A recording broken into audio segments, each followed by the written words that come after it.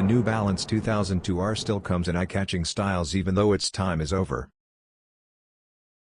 Recently, a pastel blue makeover brought back the running-inspired style. Although it doesn't look all that different from previous iterations, the most recent version of the technological design incorporates several pink elements throughout its construction. Consequently, the color scheme departs from the traditional association of the Boston-based business. While textile base layers choose a light blue woven presentation, textured leather is visible through the profile and logos. Components that are off-white complete the upper end tooling. Look forward to official look of the Pastel Blue 2002R.